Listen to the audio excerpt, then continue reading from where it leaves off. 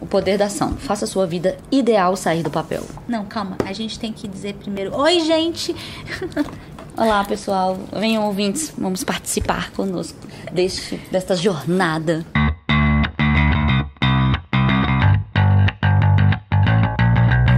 Dualidade, um bate-papo com resumo de livros que tratam sobre o desenvolvimento humano e as inquietações da vida moderna, com a jornalista Adriana Nicásio e a publicitária Júlia Scheibel.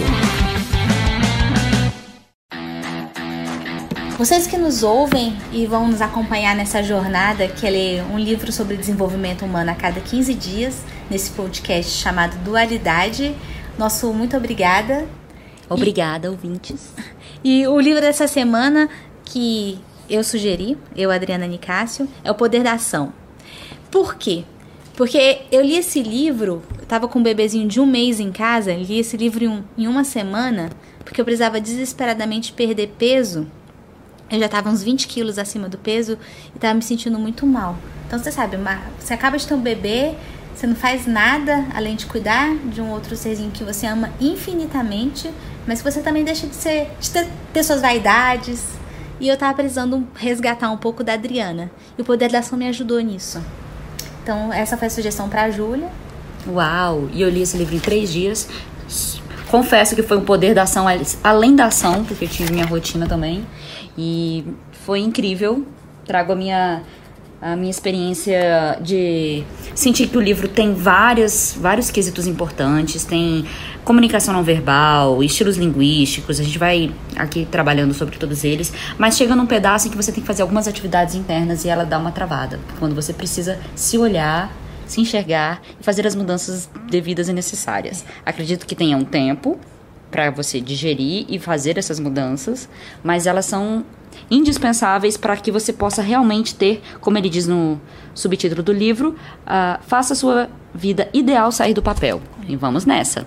E o que eu achei mais interessante no livro é porque ele propõe uma vida ideal, mas em todos os quesitos. Não é só a família, não é só o trabalho, não é só o eu, não é só os amigos. E eu adorei isso, porque eu sou extremamente multitarefa. A minha vida é multitarefa e eu sempre tive essa visão de abundância. Então eu me conectei demais no começo. Quando ele fala, tenha a sua vida abundante, eu sempre falei, gente, a minha vida é abundância, minha vida é abundância.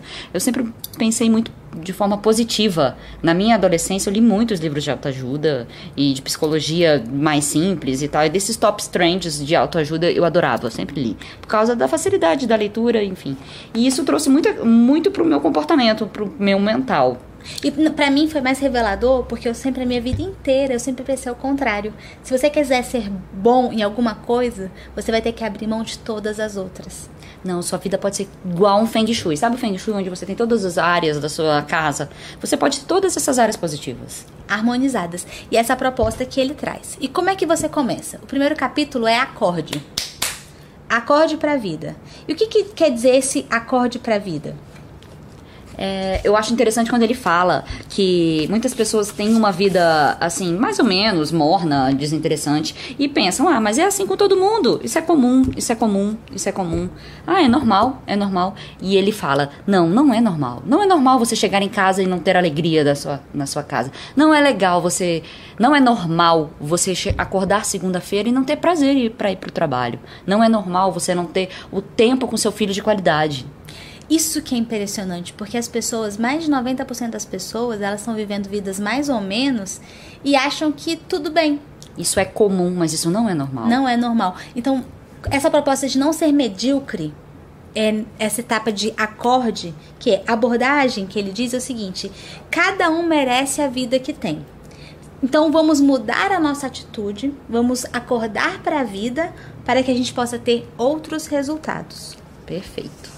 Seguindo, ele fala também da zona de conforto, que é bem isso que a gente falou, porque, na verdade, você precisa ter uma percepção de que aquilo não é normal, mais do que a zona de conforto. Se quando está tudo bem, dentro de uma não felicidade, e que isso é ok na sua vida, você pensa, eu não preciso do máximo, porque tá tudo bem, eu tenho saúde, eu tenho aquele pormenor, tá tudo bem, então por que eu vou reclamar? Se eu reclamar, vai ser pior, eu posso perder alguma coisa. Não é essa a ideia. Primeiro, você sinta que você tem todo esse direito de ser feliz, de ter ter uma vida abundante, com felicidade na família, em casa, de manhã para ir pro trabalho, no esporte, com o seu corpo, consigo mesma. Isso. Então, primeiramente, veja que você pode ter abundância em todos os quesitos do Feng Shui da sua própria vida. Ele não fala em Feng Shui, isso ele não coisa fala, da, isso é um pedacinho meu, da tá? Júlia. Mas super válido. Vale. E é a questão de você resgatar um pouco essa criança que você tem interna. Por quê? Porque a criança, ela quer ser feliz em todas as áreas. Ela brinca, as bonecas às vezes são felizes, crianças saudáveis, né? Os filhos, ela tem filhos felizes. Então, é muito disso que a gente precisa resgatar em nós. E a pergunta que ele faz é o seguinte: quando foi que deixar de ser feliz, deixar de ser abundante, passou a ser rotina? Quando foi que nós paramos de acreditar que nós podíamos ser mais do que realmente somos? Então, se a gente fizer uma retrospecção, se a gente puder olhar para dentro, fechar os nossos olhinhos e pensar, quando foi que eu deixei de acreditar que eu podia? Então, a partir desse momento, a gente vai fazer uma outra pergunta.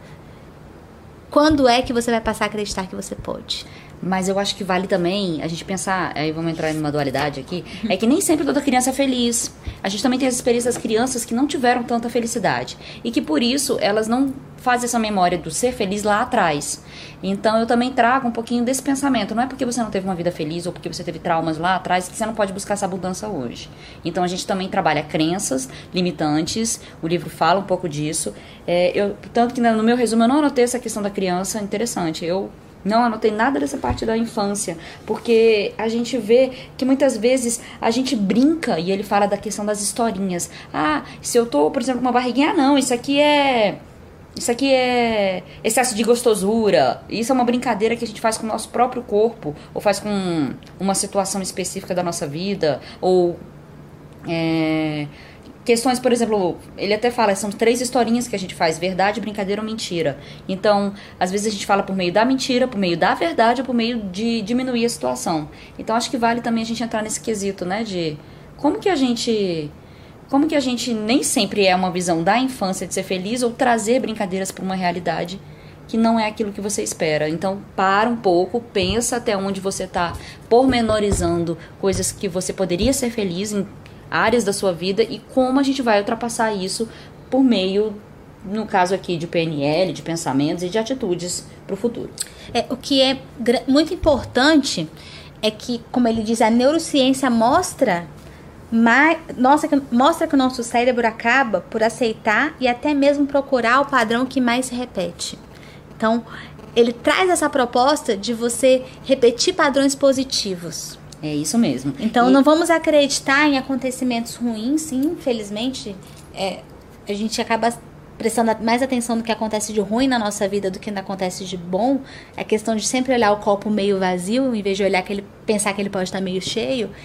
E a gente adormece. Então, vamos acordar pensando, vamos trazer padrões que possam ser positivos para que a gente possa repetir coisas positivas e assim iniciar um caminho de abundância. Isso mesmo. E aonde eu quero mudar, né? E aí traz também a questão da autorresponsabilidade. Ele tem até, acho que um livrinho pequeno chamado de autorresponsabilidade. Não é pequeno, é grande. Não, porque tem um outro pequenininho, tipo aquele Minuto de Sabedoria. Ah, tá. Tem um de bolso. Ele tem um livro só de autorresponsabilidade que é tipo esse, Poder da Ação. E aí ele fala das 6 leis da autorresponsabilidade. Eu vou trazer aqui pra vocês. Não criticar as pessoas, não reclamar das circunstâncias, não buscar culpados, não se fazer de vítima, não justificar os seus erros e não julgar as pessoas. O quê? Você pulou o capítulo 2, que fala sobre Haja. Ah, a gente não foi pro Haja? Já tô agindo com autorresponsabilidade, amores. Não, eu falei da questão das historinhas. Olha lá, eliminação das historinhas, já era para agir. Não, pera aí, que eu tenho que procurar aqui nas minhas anotações, porque eu quero falar uma coisa sobre o capítulo 2. Então a gente tem que voltar esse pedação todo aí, editor. Não, precisa não. Não? Então tá bom. Cadê o capítulo 2? Meu Deus do céu. Gente, a gente tá muito reflexiva. Será que eles vão aguentar esse nosso podcast? Eu acho que é um podcast pra gente se tornar... É realmente pra mudar de vida, né? Porque, eu tô te falando, eu li esse livro, eu perdi 20 quilos depois que eu li esse livro. Uau. Claro que não foi só esse livro, mas esse livro foi o início de muita coisa boa na minha vida. Foi o que marcou. Uhum. Então, vamos na questão do agir aqui. Isso. É o segundo capítulo, inclusive, que ele fala dessas historinhas, esses 3 modelos de historinha. Cadê?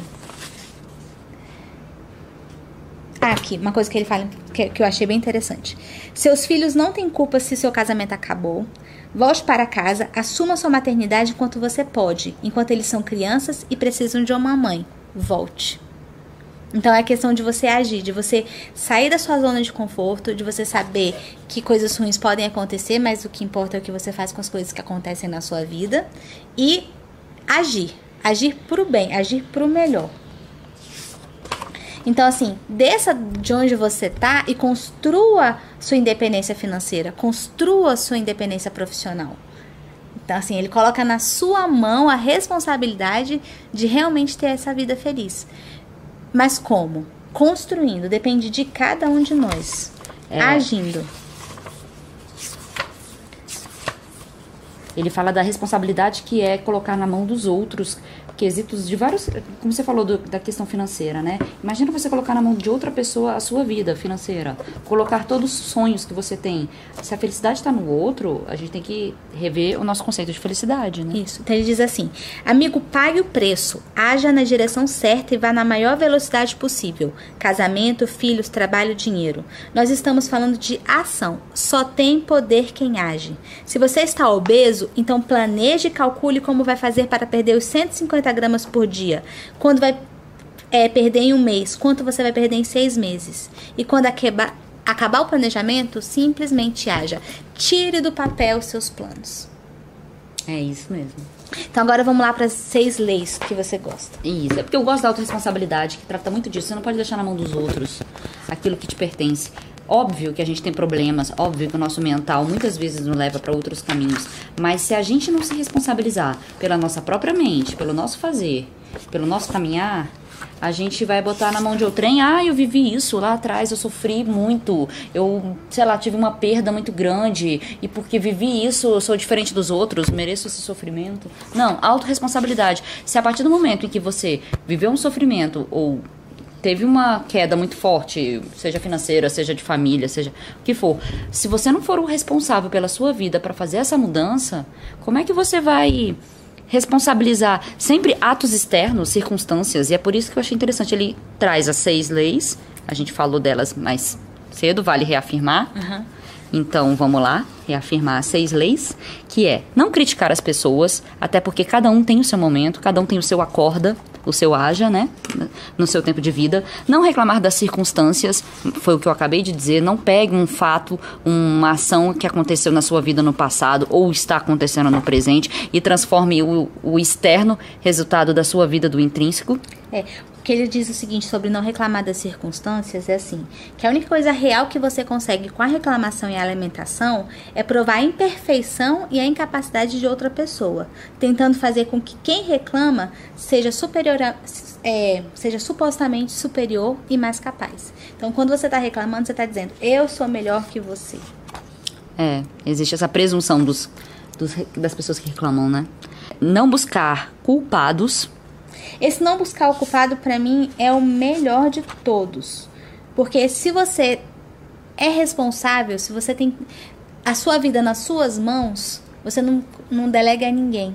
Então, se você não delega a ninguém, ninguém é culpado pelo seu sucesso ou pelo seu fracasso. Até mesmo porque você engordou, você poderia dizer, é porque eu fui mãe, é porque agora é meu segundo filho, porque na idade que eu tô, provavelmente eu vou demorar pra emagrecer. Claro, eu poderia dizer isso. Eu tenho 2 filhos pequenos, né? Eu tenho um marido que trabalha muito. Eu tenho quase 40 anos, faço agora em outubro 40 anos, e meu metabolismo não me ajuda. Poderia responsabilizar tudo isso. Eu tenho um filho também de 12 anos e eu demorei muito mais que você pra emagrecer. E aí pensava, não, porque tive um filho. E isso eu fui muito mais nova. Eu tô com 36 anos, eu tive meu filho, eu engravidei com 24, tive com 25. Então, pensa numa visão, você emagreceu muito mais rápido. Então, assim, é sim um fator. A gente busca emagrecer não só por uma questão social, não é isso, mas é por saúde. Então, acho que a gente tem que ver, assim, somos responsáveis pelas nossas vidas. E assim, também não quero ser exemplo pra ninguém, assim, meu objetivo não é ser exemplo, é trazer instrumentos que as pessoas possam usar na vida delas pra ser feliz da forma como elas quiserem também. E o livro O Poder da Ação pode ser um caminho para isso. E a quarta lei é não se fazer de vítima. Adoro isso, odeio vitimizadores. Tem uma sensação de que a pessoa começa a reclamar, você fala, meu Deus, já responsabilizou o ambiente, já responsabilizou a história de vida dela, e agora ele é um pobre coitado. E se você olha, muitas vezes tá com o corpo ali inteiro, né? Quantas pessoas... Eu gosto de olhar também essa questão nas Olimpíadas, das pessoas que têm deficiência e estão lá. Né? Pois é, então assim, vitimização, por favor, zero. Vamos tentar, né? É óbvio que em vários momentos da nossa vida não acordamos otimistas, sorrindo. Acordei, uhul, hoje o dia é feliz. A gente não acorda assim. A gente não tem essa empolgação logo de manhã. Ninguém que faz esporte tem. Então, assim, é dentro da gente que a gente tem que buscar isso e galgar pela ação do dia a dia. Não justificar seus erros é a quinta ação. Eu acho maravilhoso porque só tem resultado quem erra em algum momento. Então, a gente não precisa pensar nos erros, pensa nos resultados. E se errou, errar faz parte da vida. O que importa é daqui pra frente. Isso mesmo, ele fala que tudo é resultado, inclusive os erros. Então, tudo é resultado. E não tem como você pensar em um resultado diferente tendo a mesma ação. Isso mesmo. A sexta lei, não julgar as pessoas. Entra junto com aquela questão de não criticar, né? Afinal de contas, cada um tá no seu tempo.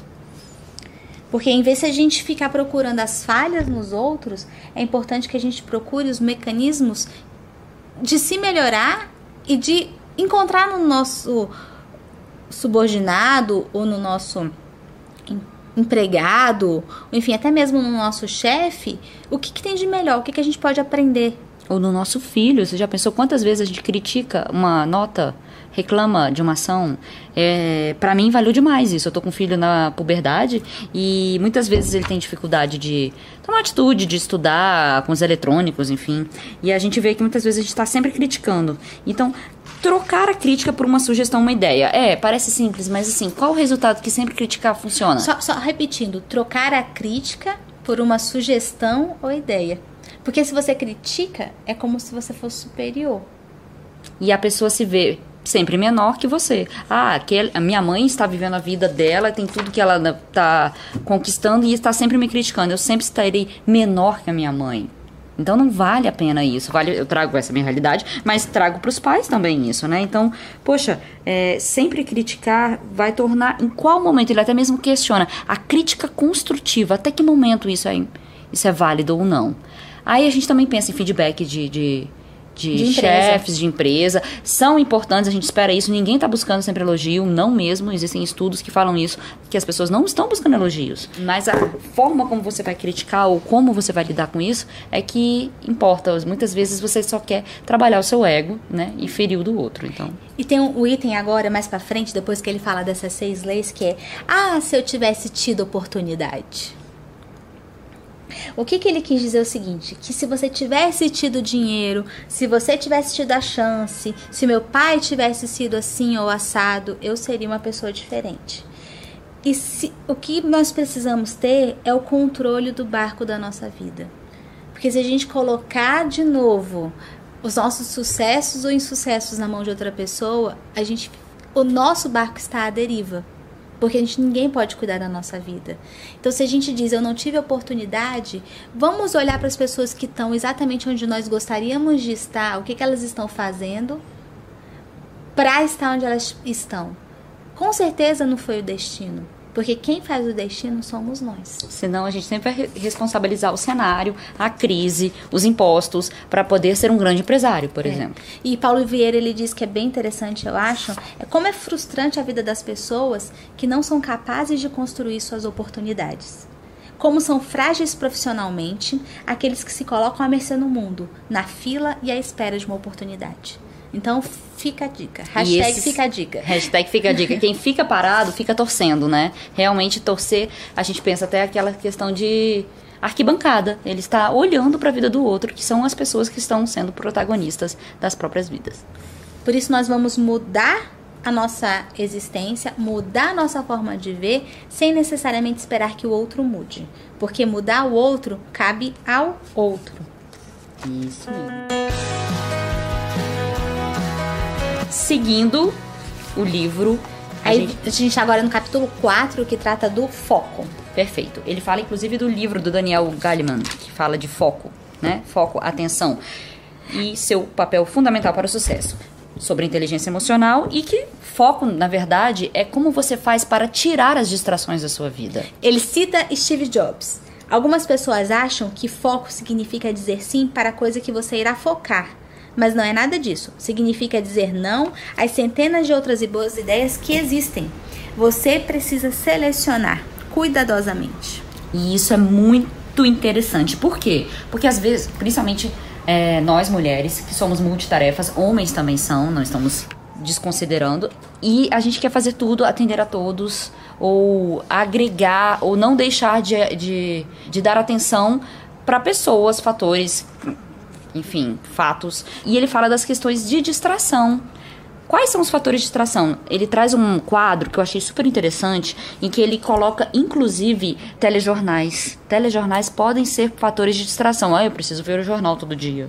E muitas vezes nem aquela informação que vai te auxiliar no processo da sua vida, no que você está buscando. As redes sociais são um processo de distração o tempo todo. Claro, mas esportes. É possível que hobbies e esportes também estejam te distraindo. Dedicação à igreja. Achei isso interessantíssimo. Quantas vezes o meu modelo de me dedicar para a igreja é aquilo que vai trazer o meu objetivo de vida, ou na verdade é assim que eu vou ser uma boa pessoa, para que assim eu possa ser aceito socialmente, e é o que eu espero. Gente, eu tomei várias atitudes com esse livro também, né? Eu achei super interessante, eu olhei isso aqui, esse quadro. Você deixou de ir pra igreja, Júlia? Não necessariamente a igreja, tinha um outro grupo de meditação, mas faz um tempo que eu não vou mais. E realmente, eu olhei aqui, o que poderia estar me dando... Te tirando o foco. Me tirando o foco.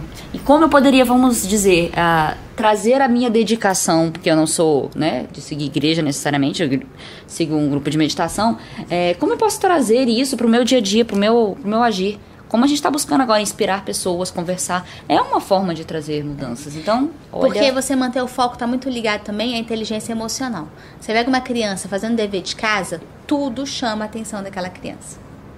Se você, de repente, precisa fazer um trabalho rápido, que você precisa se concentrar, você sente, se concentra, faz e entrega. Ou não. Tem gente e aí ele fala que da inteligência emocional, que é um fator, a gente também tem que ter outro, que é a maturidade emocional. E que tudo isso se galga com o tempo, né? Então é bem válido isso também. E ele defende que qualquer pessoa que lesse ou estudasse apenas por 1 hora qualquer coisa que tivesse relação com o seu trabalho, com a sua família, com aquilo que você tem como objetivo e meta de vida, você teria ganhos muito positivos. No caso do emprego, ele diz que você conseguiria, de repente, até aumentar seu salário em 50% durante um período relativamente curto, aí de 1 ano, estudando todos os dias. Claro, você pode fazer projetos de vida com prazos mais apertados e com o objetivo que você tem. Eu acho que vale também falar nesse quadro, para finalizá-lo, nas questões dos fatores de distração, eles não são só coisas para fazer, mas também são sentimentos que você tem. Se você tem um sentimento de vitimização, ou de preguiça, ou de ressentimento, qualquer sentimento que você acha que possa ter, e que, não, eu mereço isso, descansar, eu mereço ficar aqui parado, eu tô sofrendo tanto hoje. Quando você se coloca em sentimentos em que não atuam dentro do seu foco de atenção, do seu projeto de vida, você também está trazendo fatores de distração intrínsecos, internos, que não vão te auxiliar no seu objetivo. Então, vamos cuidar principalmente com a rotina, que para os coaches profissionais, a rotina é uma questão de excelência. Por quê? Porque se você gera uma rotina que vai te trazer abundância, no caso, que é o que a proposta do livro, você vai ter uma vida muito mais eficiente. Então, não olhar a rotina como algo necessariamente ruim, porque a rotina ela pode fazer crescer. E ele fala da rotina de segunda a sexta-feira, incluindo sábado e domingo como plus, o que eu acho extremamente importante, porque você também tem que ter tempo livre para você escolher o que você quer fazer. Logo, uma rotina que seria, vamos dizer, ele traz um exemplo de um quadro, e isso me lembra a criança. Quantas vezes a gente não faz quadro para criança? Dá o cheque. Né? Faz o quadro para ela, seu dia vai ser assim, filho, você sugiro isso, aquilo, e inclusive falando sobre criança, vale muito fazer um acordo, porque toda rotina tem que ser acordada. Você fazer Você fazer um quadro para si mesmo. E aonde que eu vou colocar? Dentro da minha rotina, questão social, de esporte, vida pessoal, dá para você incluir tudo. Espiritual, conjugal, financeiro, profissional, emocional, serviço, saúde. Por isso que eu digo, é um feng shui da sua vida, né? É quase um feng shui, não tem como. Você consegue trabalhar na semana questões de relacionamento, questões de bem-estar e saúde, trabalho, produtividade, bom sono. E com essa rotina de excelência, você passa a ter uma vida abundante. Perfeito. Então, que ele diz assim, que felicidade se conquista de segunda a sexta-feira. E que você precisa ter foco para isso. O foco visionário, que entra no mental, entra no PNL, entra nas questões das crenças limitantes. E o foco comportamental, que é quando você torna tudo aquilo possível, quando você começa a agir. Então, tem que andar congruente. Foco visionário e foco comportamental. Porque é o seguinte, quando você tem um foco, você fala do foco, você pensa no foco, você sente no foco. É como se fosse uma imersão dos seus objetivos de vida. E também manter um foco consistente, porque ele vê pessoas que começam a ter um foco num estilo de vida e depois querem outra coisa. Ai, não, quero continuar casado, vamos continuar com esse relacionamento. Aí passa um tempo, não quero mais ele, eu não aguento ele. Então, peraí, qual o seu foco mental? Até onde você está buscando realmente o que você deseja? Então, ele também fala muito isso. O foco visionário, ele tem que ser trabalhado consistente. Não significa que é só um. Você pode ter quero ter mais saúde na minha vida, quero ter uma família feliz e quero ser uma profissional de sucesso. Perfeito. Você pode ter mais de multitarefas, como a gente disse. Mas o foco, ele tem que ser consistente. Ele não pode estar alterando a cada situação que você vivencia. Uhum. Então, vamos ter ali um foco. Quero emagrecer. Quero ter um casamento feliz. Quero um emprego que me remunere mais. Então, eu vou trabalhar, vou visualizar, vou me esforçar para que isso aconteça, vou estudar mecanismos para que isso se viabilize e vou pôr um prazo. Um prazo de médio, curto e longo prazo. E ele diz também uma questão que eu adorei, aprender é mudar. Aprender é sinônimo de mudar, porque não existe aprendizado no qual a sua vida continua a mesma. Se continua a mesma, ou você era Deus, onipotente, onipresente, sabia de tudo, então você não aprendeu nada. Você não assimilou, porque todo aprendizado envolve, consequentemente, mudança. Seguindo o livro... E aí uma coisa que ele diz é o seguinte, que o foco é poder. Então, se você tem um foco, você olha no poder. É questão do passado, presente e futuro. Eu acho muito interessante os modelos que a gente tem mental. Depois que ele fala do foco visionário, do foco comportamental e do foco consistente, é quando você começa a trabalhar a sua inteligência, pensando em como é que a sua mente funciona em passado, presente e futuro. E traz os modelos de pensamento. O modelo da pessoa depressiva, o modelo da pessoa ansiosa e o modelo da pessoa de sucesso. A gente pode até já perceber que o modelo da pessoa depressiva é aquela que vive pensando para trás. A porcentagem de passado, presente e futuro do modelo depressivo tem muito mais porcentagem de pensamento do que aconteceu. A pessoa ansiosa teria muito mais o pensamento de o que vai acontecer no futuro. Então, o modelo mental dela é uma porcentagem muito maior vivendo no futuro do que no presente e no passado. No caso do ansioso, o futuro ele é um perigo iminente. Então, assim, você não consegue viver o hoje porque o futuro tá te pressionando. O futuro pode chegar. Então, mais de 55% do pensamento dessa pessoa é voltada para o futuro. Só tem um pequeno problema. O futuro nunca chega. E é um futuro negativo, porque quando você pensa, meu Deus, será que eu vou ter emprego? Meu Deus, como é que as máquinas estão chegando e acabando com o modelo de trabalho que eu tenho hoje? Quer dizer, você se paralisa. A partir do momento em que o ansioso pensa no futuro, vendo um futuro negativo, ele se paralisa. É porque o medo é paralisante. Então, você nunca vê um futuro positivo no caso do ansioso. No caso do modelo de sucesso, 65% do pensamento dessa pessoa está focado no presente, na ação, no que ela pode fazer. 10% no passado, então ela usa a memória para trazer esperança. Ela usa a memória para poder resgatar o que pode ser diferente, mudar, melhorar ou impulsionar o presente. E o futuro, cerca de 25% do pensamento dela está no futuro. Então é o agir, é o que a gente falou, né? Vamos acordar, vamos agir, vamos projetar e planejar o que a gente quer de sucesso e tornar o nosso pensamento. Pensou no passado? Claro que vai pensar. Pensou e se angustiou no futuro? Claro, qual é a ação do dia? Aonde você tem um movimento? É só no presente. Isso mesmo que você falou, né? Porque o modelo de sucesso é um modelo de pessoa de ação. Ela não fica pensando para um lado, pensando para o outro, vai e volta. Ela age. E ele fala muito disso, que as pessoas que agem, muitas vezes elas nem sabem se estão agindo corretamente, mas estão agindo. Haja. Esse que é o primeiro passo, haja. E a partir dali você vai conseguindo consistência, que é o agir massivamente e trazendo os resultados. E tem a regra 10-90. O que é essa regra 10-90?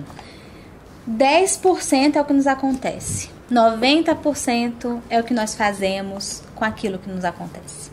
É isso mesmo. O carro bateu? E aí? O que você vai fazer com isso? Adianta ficar nervoso, brigar? O que você vai aumentar a probabilidade de problema. Então, 10% é aquilo que te aconteceu. 90% é como você agiu com isso. Então, o capítulo 5. Nossa área, comunique-se. Você aprendeu alguma coisa?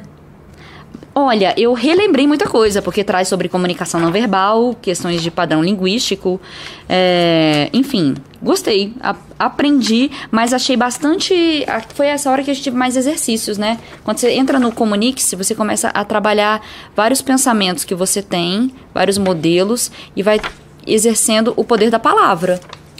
O poder da palavra, ele é impressionante, porque às vezes a gente acaba afirmando coisas negativas, coisas ruins. Eu acho que depende também até do tom de voz.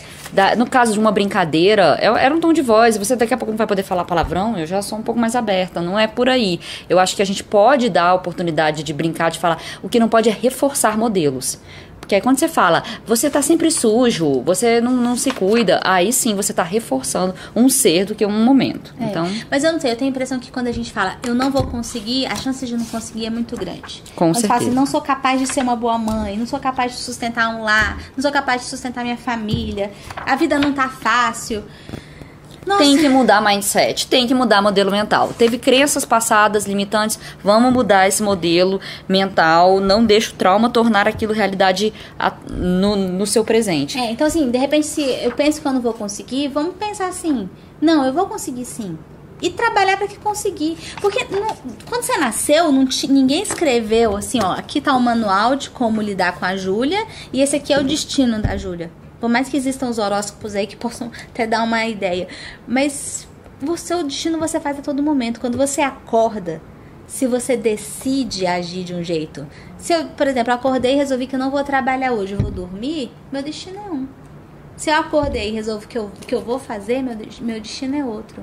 E as casualidades vão existir muito maiores, porque você vai estar no mundo, né? Mas é bom você viver assim, porque você cresce. As pessoas, elas não podem ter medo de viver. Ele fala muito da comunicação da luz e das trevas. Ele traz um pouco dessa visão, vamos dizer assim, religiosa. Não é religiosa, mas assim, ele traz essa... E não é só religiosa, porque a filosofia também trabalha isso. A morte, ela é retração. A morte é aquilo que retrai. E a luz, como ele fala, Deus, paz, vida, amor, é aquilo que expande. Isso vale para plantas, isso vale para pessoas, isso vale para vários outros momentos da sua vida. Então, é importante você olhar o quanto você está retraindo e o quanto você está expandindo. Não estamos pedindo para vocês serem extrovertidos ou introvertidos, não é nesse quesito. Mas é o quanto que da sua vida você expande, o quanto você está em crescimento e o quanto você está morrendo. Porque as palavras, elas trazem aprendizado, elas trazem disposição. Ele fala também da questão da linha de lousada. É uma teoria, né, que eles criam que quando você fala 3 palavras positivas para uma negativa, o resultado é maior. Você consegue, numa interação com uma pessoa, 3 palavras positivas para uma negativa, né? Vamos dizer, para uma construtiva, né? Você quer algo positivo. Vou começar a testar no meu filho, depois eu conto para vocês. Não, e eu morro de rir quando ele traz a comunicação não verbal, que ele faz um teste assim.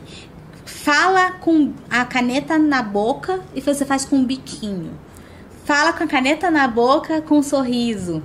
Fala sem caneta na boca e mostra que como como o seu rosto, né, como os músculos do seu rosto ficam depois desse exercício. Se você tá de bico, no final você tá meio irritado. Se você tá sorrindo, você tá dando gargalhada.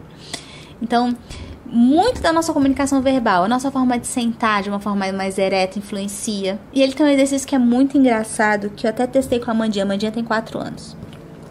colocava a mão na cintura e fazia pose de Mulher Maravilha. Isso a gente fala, tem psicologia, tem vários exercícios para apresentação para isso. E também. ela ficou toda empoderada lá de Mulher Maravilha. O aniversário dela foi até de Mulher Maravilha por conta disso. Uau, que linda! É verdade, a gente tem que ver que muitas vezes a nossa ação externa, um sorriso, faz a pessoa ficar mais bonita. Eu acho que vale isso não só pro nosso corpo, como eu penso nisso também, sim, tento fazer uma analogia, pra sua casa. Quando a sua casa tá arrumada, do jeito que você gosta, você se sente melhor. Então, é uma relação direta. Quando você está visualmente melhor, eu digo de sorriso, de atitude, por dentro você vai melhorando também. E os vícios emocionais, eu achei isso revelador. Ele disse que do mesmo jeito que tem gente viciada em adrenalina, tem gente viciada em álcool, tem gente viciada em droga, tem pessoas que são viciadas em mau humor. É padrão. Você pergunta, como você está? Ah, tá tudo indo. Dor de cabeça. Ou então arranja briga, porque ela precisa daquele estímulo químico que a briga traz. Imagina.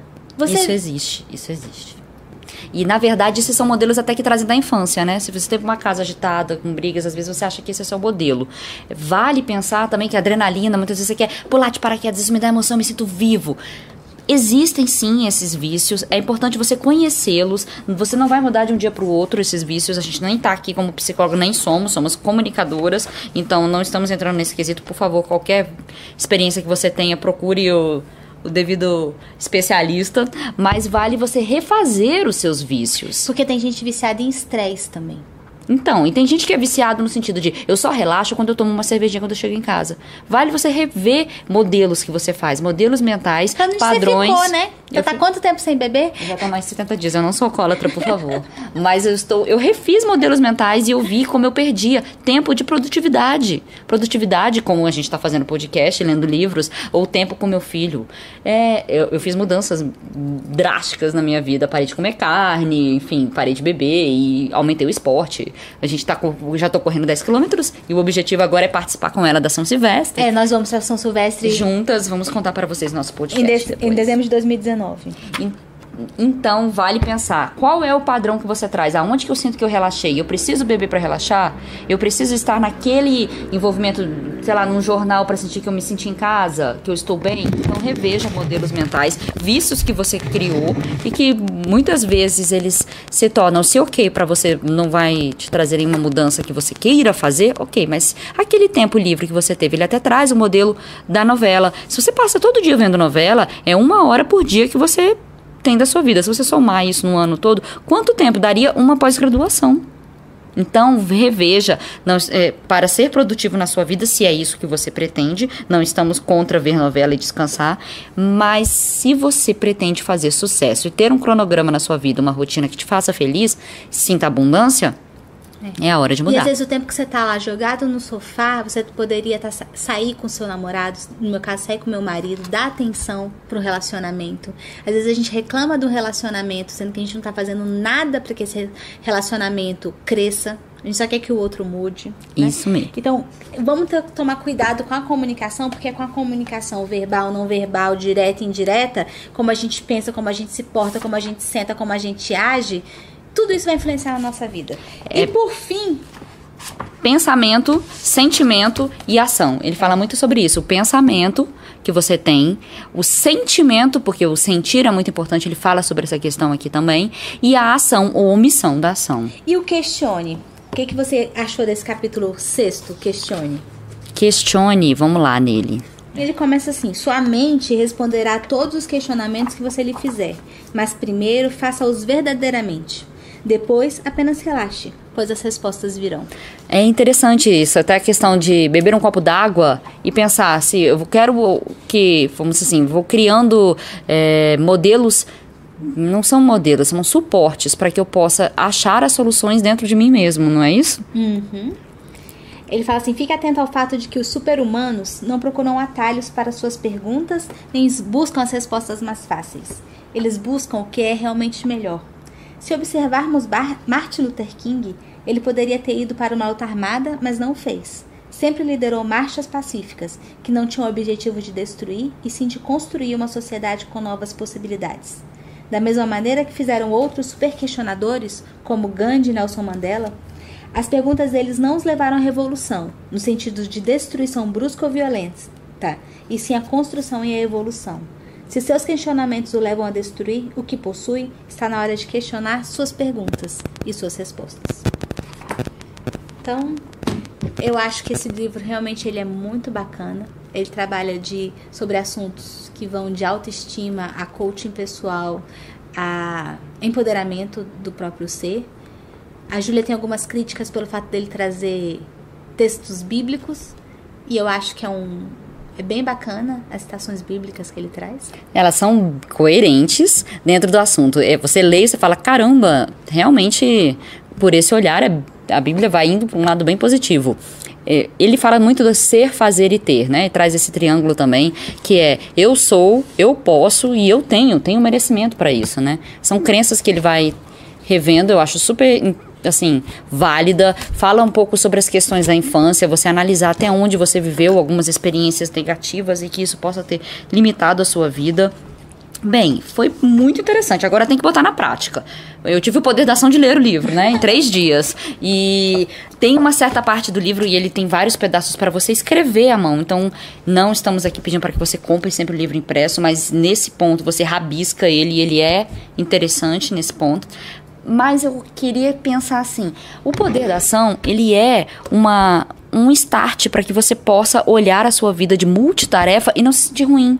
Eu, por exemplo, sou uma pessoa que faço várias coisas ao mesmo tempo, né? E muitas vezes tenho insights no meio do movimento. Paro um pouco alguma coisa e de repente essa outra atitude ou uma ação que eu tinha que fazer com o andar da carruagem foi resolvendo, foi solucionando. Então, o poder da ação, ela envolve um pensamento, e eu acho que pensamento é indispensável, ter pensamentos que você acredita no futuro, sobre si mesmo. Então, nesse ponto, gente, leia. Leia, se você tem crenças limitantes em si mesmo, leia o livro. Isso é maravilhoso. E o nosso próximo livro é A Sutil Arte de Ligar o Foda-se. Muito bem. Então, espero que vocês possam continuar com a gente nessa jornada de autodescobrimento, de despertar. Autoconhecimento, mas é o que eu estava falando, aí aprendi isso com o Cortella. Autoformar-se. Mais do que conhecimento, mais do que conhecimento, não. A segunda etapa, né? É conhecendo que a gente quer fazer as mudanças. Então, vamos buscar o desenvolvimento humano para que a gente possa se conhecer, se formar, porque não estamos morrendo, estamos nos formando, estamos vivendo. Isso mesmo. Então, vamos viver, galera. Foi ótimo. Foi embora.